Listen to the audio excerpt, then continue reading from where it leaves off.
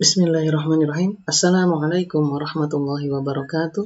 Selamat pagi kepada kelas 9. Bertemu lagi bersama Bapak dalam mata pelajaran Seni Budaya di SMPN 1 Pamarayan ya, bersama Bapak Yusuf Priyatna. Ya, pada materi kali ini sebenarnya ini untuk kelas 9 hanya mengulang saja, tapi ini materi yang penting karena mengingatkan kembali atau refresh sebelum kita masuk ke materi yang lebih lengkap tentang aliran-aliran seni lukis. Yang mari kita mulai. Ya, dalam tujuan pembelajarannya, kalian nanti setelah mempelajari ini akan bisa mengingat kembali tentang pengertian seni. Kemudian kalian juga bisa menjelaskan kembali tentang unsur dan prinsip seni rupa yang penting ya di dalam materi untuk seni lukisnya. Oke, kita akan mulai untuk konsep seni. Tentu saja ini konsep seni bisa kita lihat ya menurut Ki Hajar Dewantara, segala bentuk perbuatan manusia yang timbul dari perasaan yang hidup dan bersifat indah sehingga dapat menggerakkan jiwa perasaan manusia. Dan menurut Kamus Besar Bahasa Indonesia, halus, kecil, tipis dan halus, lembut dan enak didengar, mungil dan elok. Kemudian keahlian membuat karya bermutu, ada juga kesanggupan akal untuk menciptakan sesuatu yang bernilai tinggi atau luar biasa. Orang yang berkesanggupan luar biasa. Ini adalah pengertian seni yang biasanya muncul. Dan ini cabang-cabang seni. Mungkin kalian sudah hafal sekali ya. Untuk kelas 9, seni rupa, kemudian seni musik, seni tari, dan seni drama. Satu lagi ada seni sastra yang di dalam mata pelajaran seni budaya di Kabupaten Serang kita hanya mempelajari 3 ini ya, seni rupa, seni musik, dan seni tari. Nah, kemudian ini untuk mengingatkan kembali kepada kelas 9, biasanya masih terlupa. Karya seni rupa dibagi menjadi 2 berdasarkan dimensi dan kegunaannya. Kita bahas dulu yang berdasarkan dimensinya atau berdasarkan bentuknya. Yang pertama adalah 2 dimensi. Karya seni rupa 2 dimensi. Dia ciri-cirinya mempunyai panjang, lebar, kemudian bisa dilihat hanya dalam satu arah saja. Jadi dari depan. Misalnya contohnya gambar ya, lukisan, foto ya.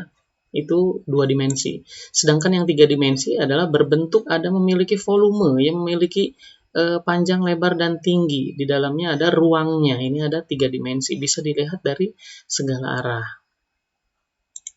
Kemudian karya seni rupa dibagi menjadi kegunaannya ya, berdasarkan kegunaannya.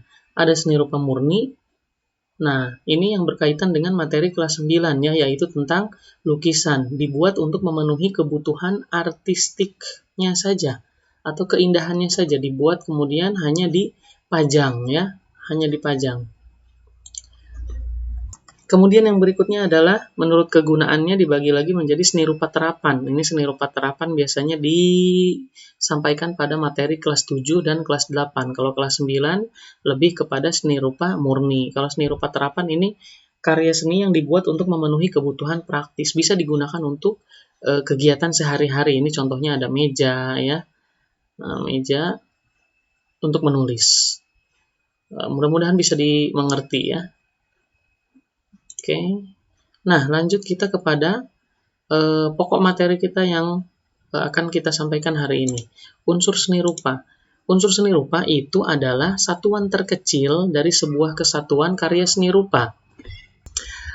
Jadi di dalam sebuah karya seni rupa pasti ada unsur seni rupanya ini. Nah, yang pertama adalah titik.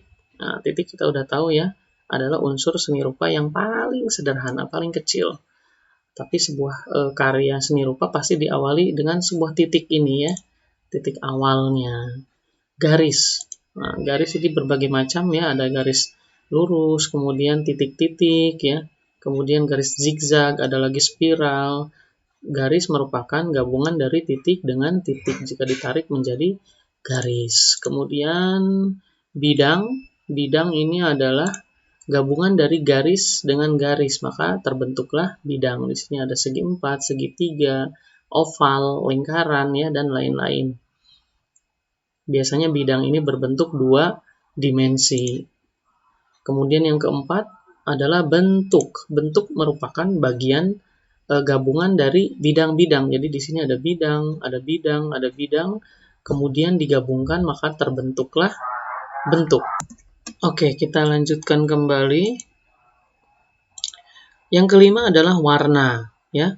Di sini penting untuk diketahui juga dalam materi seni lukis, warna terbagi menjadi 3, ya. Ada warna primer, ada warna sekunder, ada warna tersier. Primer adalah warna pokok. Warna pokok adalah kuning, merah, dan biru. Kemudian ada warna sekunder. Warna sekunder merupakan warna gabungan dari primer, ya. Ada hijau. Hijau merupakan gabungan kuning dengan biru. Kemudian warna jingga ini atau oranye, ya, gabungan dari kuning dan merah. Kemudian ada juga warna ungu, ya, gabungan dari warna biru dan merah, maka jadilah ungu. Sedangkan warna tersier adalah warna gabungan dari dua warna sekunder, ya. Oke, tekstur. Yang keenam adalah tekstur. Tekstur merupakan sebuah sifat dasar sebuah permukaan, ya. Sifat dasar sebuah permukaan ada kasar, ada halus, ada licin. Nah, itu adalah tekstur. Tekstur dibagi menjadi 2, ada tekstur nyata, ada tekstur semu. Kalau nyata, ya sifat dasar permukaan yang memang dimiliki oleh benda tersebut. Misalnya kulit pohon, ya kasar, ya asli gitu. Tapi kalau tekstur semu itu palsu. Jadi misalnya ada wallpaper atau kertas yang bergambarkan bebatuan, ternyata pas dipegang bukan batu tetapi kertas, ya. Itu namanya tekstur semu atau tekstur palsu. Selanjutnya yang terakhir adalah gelap dan terang. Gelap dan terang di sini bisa dilihat ada sebuah gambar yang memiliki bagian yang gelap. Ini ceritanya objeknya tidak terkena cahaya, maka dia akan banyak bayangannya, akan banyak gelapnya. Sedangkan yang terang, dia terkena cahaya, ya, terkena cahaya sehingga dia menjadi lebih terang. Jika sebuah gambar memiliki gelap dan terang, maka gambar tersebut bisa menjadi lebih nyata. Oke, itu tadi unsur seni rupa, mudah-mudahan bisa dipahami, ya. Kita masuk ke prinsip seni rupa. Prinsip seni rupa itu apa sih? Prinsip seni rupa itu jadi kalau misalkan kalian menyusun unsur-unsur seni rupa, ya, dengan baik dan benar, maka gambar kalian akan menjadi bagus. Metode atau cara menyusun unsur-unsur seni rupa. Tadi unsur-unsur seni rupa ada titik, garis, bidang, bentuk, warna, ya, gelap, terang, tekstur, apalagi? Ya, ada 7, ya. Yang pertama adalah kesatuan atau unity. Nah, ini pengertiannya adalah saling berhubungan, ya, unsur-unsur seni rupa yang saling berhubungan satu sama lain dan tidak berdiri sendiri. Nah, ini saling berhubungan, ya. Ini ada contoh gambar kesatuan. Jadi saling berhubungan satu sama lain. Ini adalah kesatuan. Prinsip seni rupa yang kedua adalah keseimbangan. Keseimbangan cara menggambarkan objek benda supaya terkesan seimbang antara bagian-bagiannya atau balance, ya. Jadi ini untuk menimbang apakah ini seimbang atau tidak adalah menggunakan perasaan saja, ya. Ada dua macam keseimbangan, ada simetris dan asimetris. Kalau simetris ini kanan dan kiri sama, ya, sama persis. Kalau asimetris dia kanannya beda, kirinya juga berbeda, tapi tetap mengutamakan keseimbangan. Begitu. Oke, kemudian yang ketiga adalah keserasian atau harmoni, ya. Menyatukan unsur yang ada di dalam seni rupa dari berbagai bentuk berbeda. Nah, keselarasan ini muncul dengan adanya kesesuaian, kesamaan, dan tidak bertentangan. Nah, ini contohnya. Contohnya di sini ada gambar hutan, kemudian di dalam hutan ini ada penghuninya yaitu hewan-hewan, ya. Jadi berkesesuaian atau memiliki tema yang sama. Jadi keserasiannya muncul. Itu namanya prinsip seni rupa yang keserasian atau harmoni. Yang berikutnya irama. Nah, irama ini adalah pengulangan satu atau lebih unsur secara terus-menerus sehingga mempunyai kesan bergerak. Pengulangan ini bisa berwujud bentuk, garis, atau rupa warna, ya, atau ritme disebutnya. Nah, contohnya kita lihat ada sepotong batik, di sini ada warna yang diulang-ulang, bentuk yang diulang-ulang, ada garis yang diulang-ulang. Tapi setelah diulang-ulang atau ada iramanya, ini terlihat sangat bagus. Di sini juga sama, ada warna dibuat gradasi dengan bentuk yang diulang-ulang. Ini adalah namanya irama. Ini yang kelima, proporsi atau kesebandingan. Jadi kita buat gambar dengan memperbandingkan antara bagian-bagian yang satu dengan lainnya dengan sesuai gitu ya.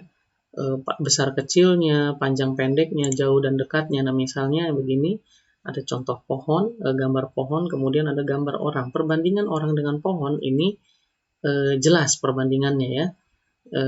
Kamu gambar mobil, ya mobilnya lebih besar dari orangnya misalnya. Jadi kesebandingannya atau proporsinya sesuai, maka kan bagus ya, prinsip seni rupa proporsi atau kesebandingan.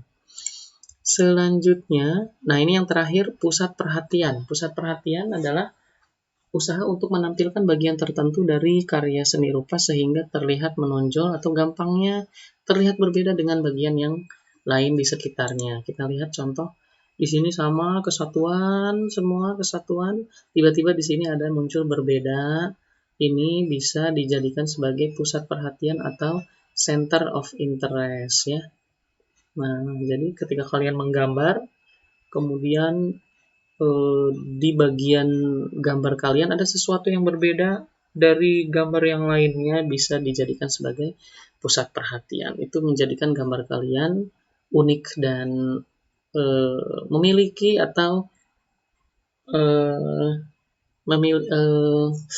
memiliki prinsip seni rupa ya. Salah satunya adalah pusat perhatian atau center of interest. Oke, itu yang tadi sudah kita sampaikan.